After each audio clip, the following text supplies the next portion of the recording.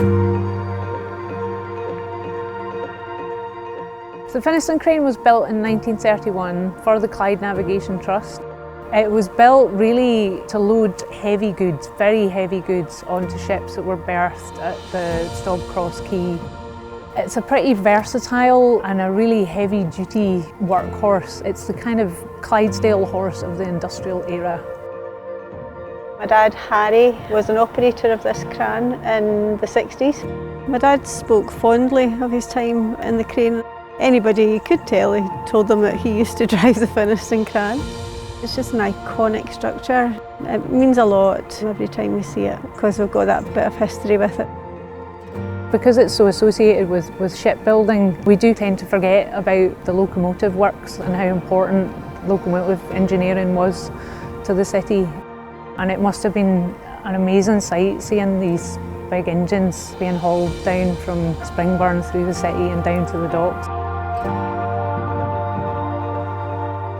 This is a really busy stretch of the river. You would have felt the bustle and the noise. Lots of dockyard workers, people unloading, loading, constant movement, traffic, noise.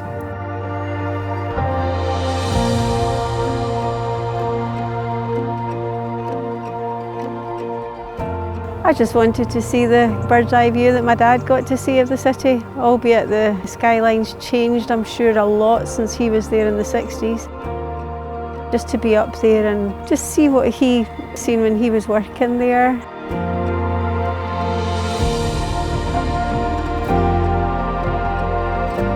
We're standing where my grandfather used to work in the Harland and Wolff shipyard. Those days may be gone, but I think it's important to recognise and remember the contribution that those men and women made to building the city that we have here today. I think the crane is a totemic structure.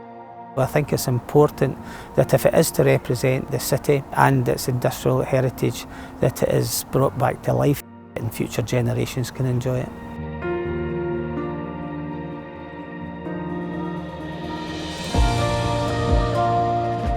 I think it means different things to different generations. We tore a lot of stuff away in the 70s and 80s. I think some of that is tied up with that loss of industry and the kind of trauma associated with that. A lot of those attitudes have changed and people recognise the value of heritage now and that it's not just a thing that gets in the way of progress.